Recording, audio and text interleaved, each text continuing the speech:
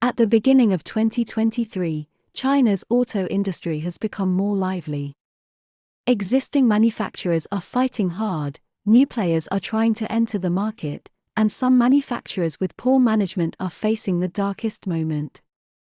Huawei, which once claimed not to make cars, has united with at least 3 car companies and brands, and has accumulated more than 5 models for sale in showrooms across the country. Now, it has a new opponent.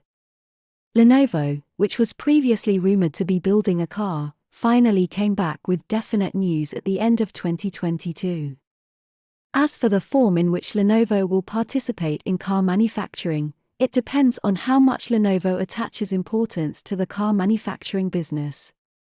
However, in the current situation where the competition in the auto industry is so fierce, Lenovo chose to build a car at this time. What is Lenovo's plan? What are the strengths and weaknesses of Lenovo's car manufacturing? Once it enters the automotive supply chain system, will Lenovo's real opponent be Huawei? Hi! Welcome to Auto Age, and let's move on to today's topic. 1. Does Lenovo really want to build a car? In the past 6 months, news about Lenovo making cars has been widely circulated, but it has not waited for the official statement. Until the end of December 2022, Lenovo once again responded to the layout of the automotive industry in a semi-public form. In July 2022, Lenovo released a recruitment information about car manufacturing, openly recruiting R&D management positions including autonomous driving, in-vehicle entertainment, and automotive software and hardware, and even giving millions of annual salaries to car makers. In this recruitment information, Lenovo also clearly mentioned, Lenovo is actively exploring core technologies in areas such as smart cockpits, autonomous driving, and central computing platforms.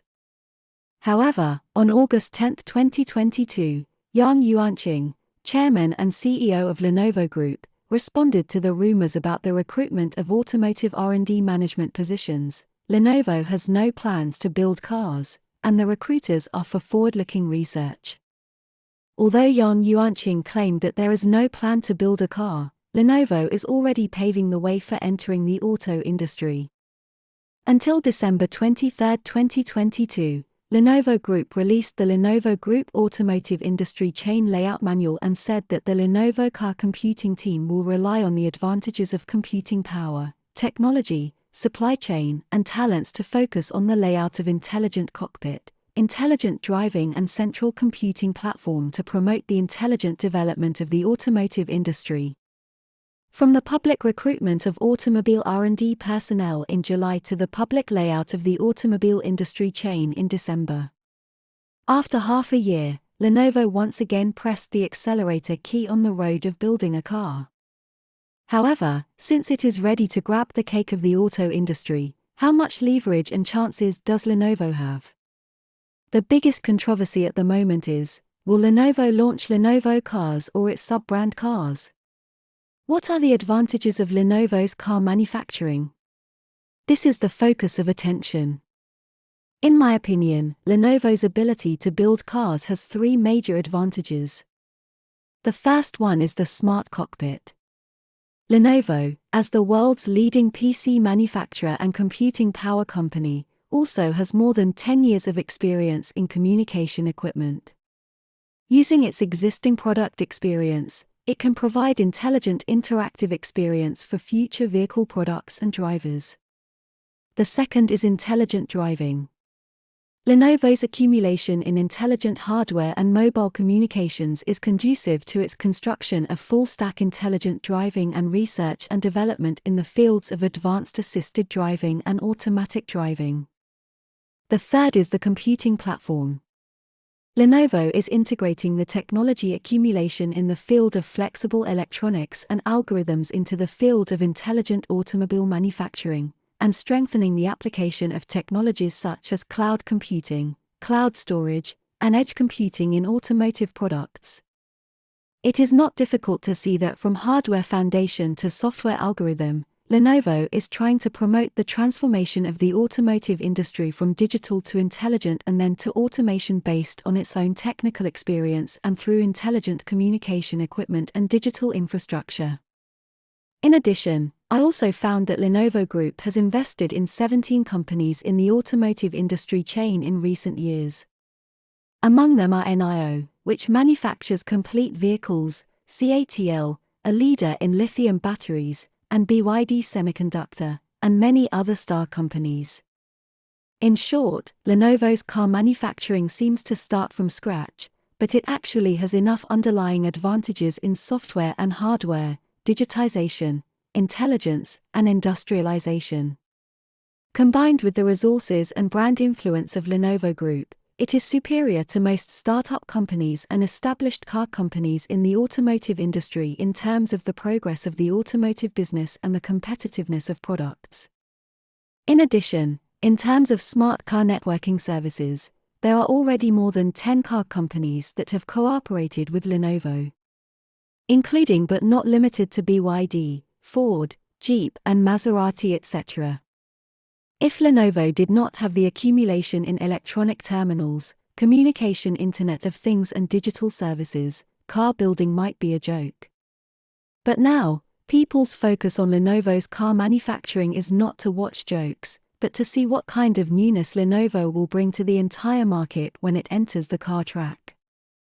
In addition, Huawei, which has a large intersection with its business, will be Lenovo's biggest competitor after entering the automotive industry.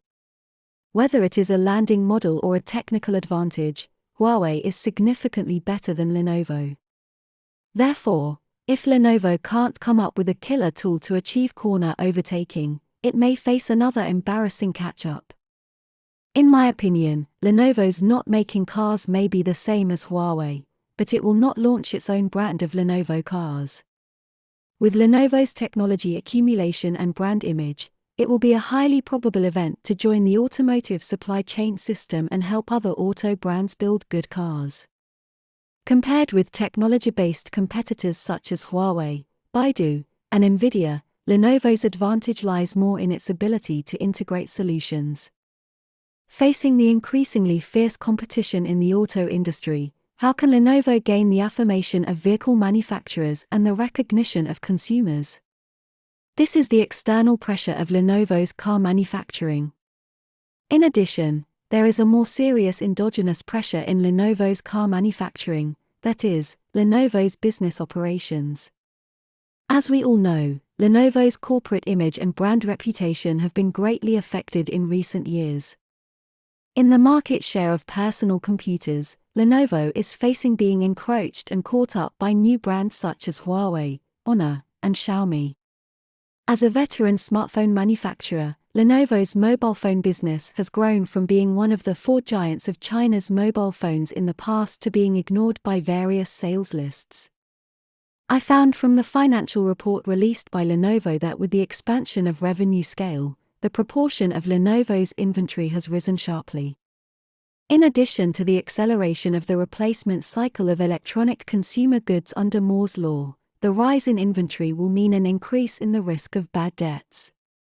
Combined with a debt ratio as high as 87%, Lenovo's operating risks and asset quality may become a dual pressure on business operations.